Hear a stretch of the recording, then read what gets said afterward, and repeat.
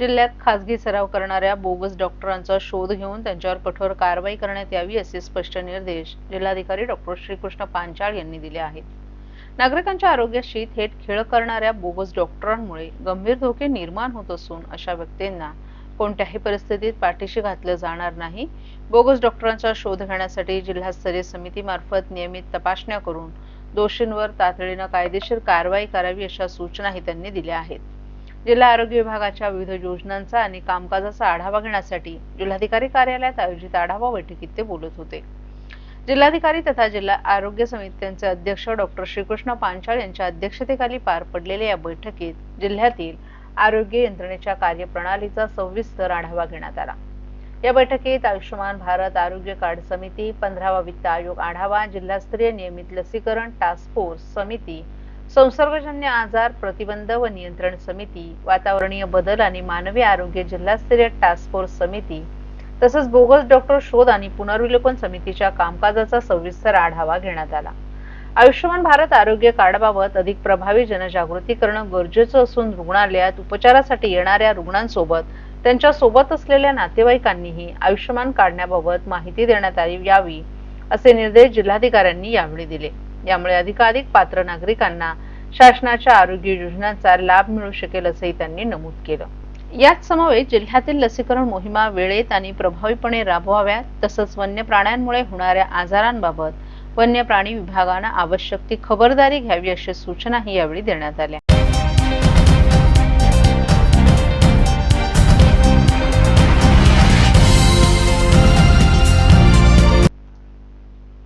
ठाणे महापालिका निवडणुकीची प्रक्रिया अधिकृतपणे सुरू झाल्यानं आजपासून उमेदवारी अर्ज वितरणास प्रारंभ झालाय। या निमित्तानं ठाण्यातील उथळसर आणि नौपाडा प्रभाग समिती कार्यालयांमध्ये इच्छुक उमेदवारांची मोठी गर्दी पाहायला मिळाली। आज सकाळच्या वेळेपासूनच विविध राजकीय पक्षांचे पदाधिकारी, स्थानिक नेते, कार्यकर्ते तसंच अपक्ष उमेदवार अर्ज घेण्यासाठी प्रभाग समिती कार्यालयात दाखल झाले होते। आगामी ठाणे महापालिका निवडणूक ही अत्यंत चुरशीची होण्याची शक्यता लक्षात घेता प्रत्येक प्रभागातून अधिकाधिक इच्छुक उमेदवार निवडणुकीच्या रिंगणात उतरण्याच्या तयारीत आहेत। त्यामुळे अर्ज वितरणाच्या पहिल्याच दिवशी उत्साहाचं वातावरण निर्माण झालं होतं। प्रभाग समिती कार्यालयांमध्ये अर्ज घेण्यासाठी आलेल्या उमेदवारांसाठी महापालिका प्रशासनाच्या वतीने आवश्यक व्यवस्था करण्यात आली होती। अर्ज वितरण माहिती देण्यासाठी स्वतंत्र काउंटर तसंच कायदा व सुव्यवस्था राखण्यासाठी पोलीस बंदोबस्तही तैनात करण्यात आला होता। उमेदवारी अर्ज भरण्याच्या प्रक्रियेबाबत प्रशासनाकडून उमेदवारांना मार्गदर्शन करण्यात येत होतं। दरम्यान विविध राजकीय पक्षांकडून इच्छुक उमेदवारांच्या नावांची चाचपणी सुरू असून पक्षांतर्गत बैठका, चर्चा आणि उमेदवारी निश्चितीचं सत्र वेगानं सुरू असल्याचं चित्र आहे। काही इच्छुक उमेदवारांनी आजच अर्ज घेतले असले तरी अंतिम उमेदवारी जाहीर होईपर्यंत राजकीय हालचाली अधिक तीव्र होण्याची शक्यता वर्तवण्यात येत आहे। ठाणे महापालिका निवडणुकीसाठी अर्ज वितरण, अर्ज भरणं, छाननी आणि माघारीच्या तारखा जाहीर झाल्या असून प्रत्यक्ष प्रचाराला वेग येणार आहे। आजपासून सुरू झालेल्या या प्रक्रियेमुळे ठाण्यातील राजकीय वातावरण तापू लागलं असून महापालिका निवडणुकीच्या रणधुमाळीला जोरदार सुरुवात झाल्याचं स्पष्टपणे दिसून येत आहे। यामध्ये विशेषतः महायुती होणार का यावरती प्रश्नचिन्ह निर्माण झालं आहे। तुम्ही देखील नगरसेवक आहात, आताही देखील फॉर्म घेतलेला आहात, कशा पद्धतीने युती धर्म पाळला जातो? युती धर्म पाळला जाणार आहे, युती होणार आहे।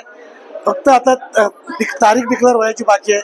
शिंदे साहेब जरा गडबडीत आहे, ते युती बसले का ते युती होणारच आहे, 100% युती होणार। परंतु ठाण्यात आपण जर पाहिलं तर भाजप हा मोठा भाऊ आहे असं मानलं जातं। ते मोठा भाऊ लहान भावाचा काय प्रश्नच येत नाही। युती झाली का प्रश्न मिटला। आणि आमच्याकडे कमीत कमी 81 नगरसेवक आहेत आता ऑलरेडी आता, आणि थोडं वाटाघाटीमध्ये थोडं कमी जास्त होऊन जातील आणि शिवसेनेचा महायुतीचा महापौर बसेल।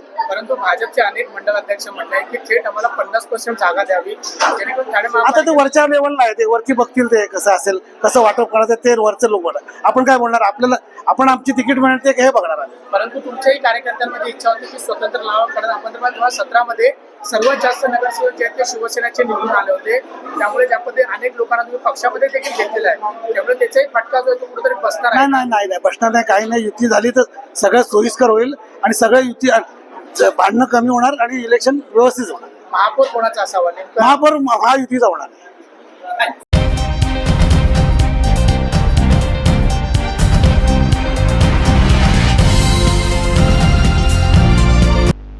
ठाणे महानगरपालिका निवडणुकीत 33 प्रभागांमधील एकूण 131 नगरसेवक पदांसाठी राजकीय हालचालींना वेग आलाय. ठाण्यातील टेंभीनाका येथील आनंद आश्रम येथे शिवसेनेकडून इच्छुक उमेदवारांच्या मुलाखतींना सुरुवात झाली. नगरसेवक पदासाठी तब्बल 1165 इच्छुक उमेदवारांनी शिवसेनेचे अर्ज घेतले असल्यानं इच्छुकांची मोठी गर्दी पाहायला मिळत आहे. या मुलाखतीसाठी परिवहन मंत्री प्रताप सरनाईक, खासदार नरेश म्हस्के, माजी आमदार रवींद्र फाटक, माजी महापौर मीनाक्षी शिंदे, ठाणे शहर अध्यक्ष हेमंत पवार, ज्येष्ठ नगरसेवक हनुमंत जगदाळे आणि विलास जोशी हे प्रमुख नेते उपस्थित असून ते इच्छुक उमेदवारांच्या मुलाखती घेत आहेत. दरम्यान ठाणे महापालिका निवडणुकीसाठी शिवसेना भाजप युतीतील जागा वाटपाचा फॉर्म्युला अद्याप निश्चित झाला नसल्यामुळे अंतिम उमेदवार यादी जाहीर होण्याबाबत उत्सुकता वाढली असून युतीतील चर्चांकडे सर्वांचं लक्ष लागलंय.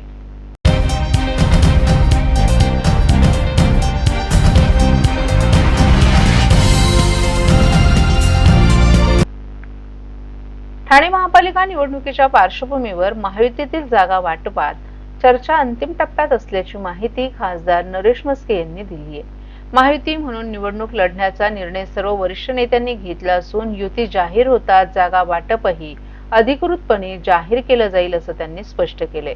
सध्या शिवसेनेकडून विविध प्रभागांमधील इच्छुक उमेदवारांच्या मुलाखती सुरू असून संघटनात्मक काम, निवडून येण्याची क्षमता आणि सर्वांना सोबत घेण्याची ताकद या निकषांवर उमेदवारांची निवड केली जाईल असंही त्यांनी सांगितलं. प्राथमिक चर्चा मीडियामध्ये उघड करण्यासाठी नसतात. युती आणि जागा वाटपाचा निर्णय वरिष्ठ पातळीवर घेतला जातो, त्यामुळे योग्य वेळ येताच त्याबाबत जाहीर भूमिका मांडली जाईल असंही त्यांनी नमूद केलंय.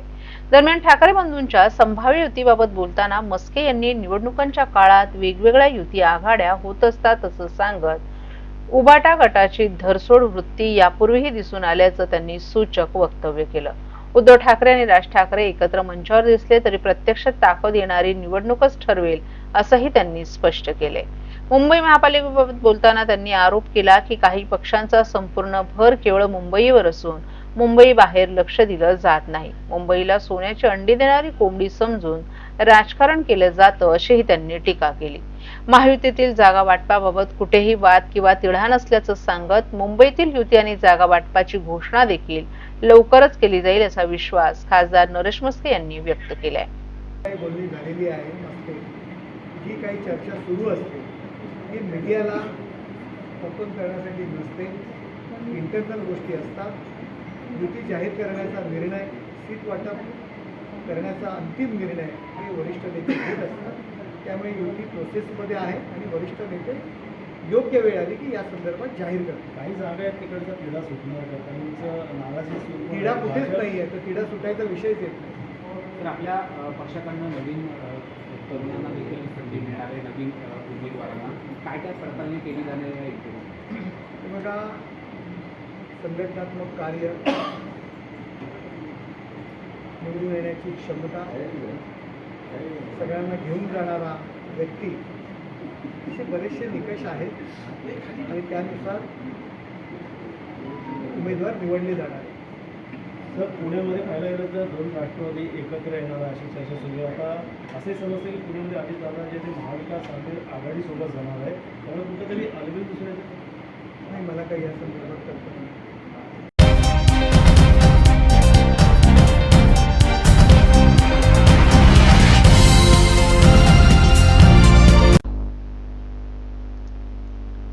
ठाणे महानगरपालिकेची सार्वत्रिक निवडणूक शांततेत पार पाडण्यासाठी प्रशासन सज्ज.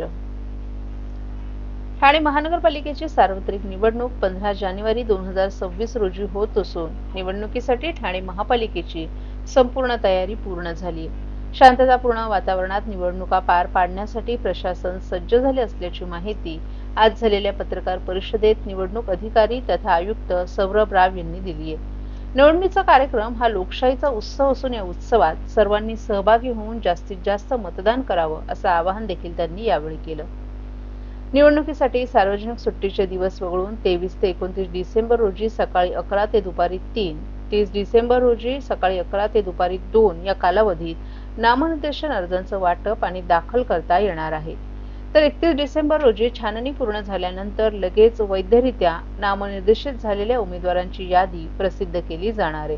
उमेदवारी मागे घेण्याची तारीख 2 जानेवारी असून 3 जानेवारी रोजी निवडणूक चिन्ह नेमून दिलं जाणार आहे. अंतिमरित्या निवडणूक लढवणाऱ्या उमेदवारांची यादी 3 जानेवारी रोजी प्रसिद्ध केली जाणार आहे. ठाणे महानगरपालिका सार्वत्रिक निवडणुकीसाठी एकूण प्रभाग 33 असून 2011च्या जनगणनेनुसार लोकसंख्या 18,41,488 इतकी आहे. सर्वात जास्त लोकसंख्या असलेला प्रभाग 25 असून लोकसंख्या 62,697 इतकी, तर सर्वात कमी लोकसंख्या असलेला प्रभाग 29 असून लोकसंख्या 38,172 इतकी आहे. ठाणे महापालिकेच्या 9 प्रभाग समितीने 11 निवडणूक निर्णय अधिकारी, सहाय्यक निवडणूक निर्णय अधिकारी 1, 2 आणि 3 यांची नेमणूक करण्यात आली आहे. 33 प्रभागात एकूण 2013 मतदान केंद्र असून प्रत्येक मतदान केंद्रांवर मतदान केंद्र अध्यक्ष, मतदान अधिकारी 1, 2, 3 आणि शिपाई यांच्या नेमणुका करण्यात आल्या आहेत. ठाणे महानगरपालिका सार्वत्रिक निवडणुकीच्या कामकाजाच्या अनुषंगाने 120 वाहनं उपलब्ध करण्यात आली आहेत. सीसीटीव्ही, वेबकास्टिंग सुविधा, विद्युत व्यवस्था, इलेक्ट्रॉनिक मतदान यंत्र, इंटरनेट आणि संगणक प्रणाली उपलब्धता, चहापान, भोजन व्यवस्था, मतदान जागृती आणि प्रसिद्धी व्यवस्था, मतपत्रिका आणि स्टेशनरी छपाई यासाठी आवश्यक कर्मचारी वर्गही उपलब्ध करण्यात आला आहे. प्रत्येक प्रभाग समितीने कार्यालयांमध्ये 1 याप्रमाणे एकूण 9 आणि ठाणे महापालिका मुख्यालयातील नागरी सुविधा केंद्र येथे 1 अशा 10 खिडक्या उघडण्यात आल्या असून 1 खिडकी योजना येथून निवडणुकीसाठी आचारसंहिता कालावधीत उमेदवार, राजकीय पक्ष यांना सभा प्रचाराकरिता सभेची परवानगी, सभा घेण्यासाठी मैदानाची परवानगी, ध्वनिक्षेपक परवानगी, रॅली, बोर्ड बॅनर लावण्याची परवानगी, पक्ष कार्यालय उघडण्याची परवानगी, थकबाकी नसल्याबाबतचा दाखला, शौचालय वापर दाखला या सर्व विभागांचे नाहरकत दाखले उपलब्ध होणार आहेत.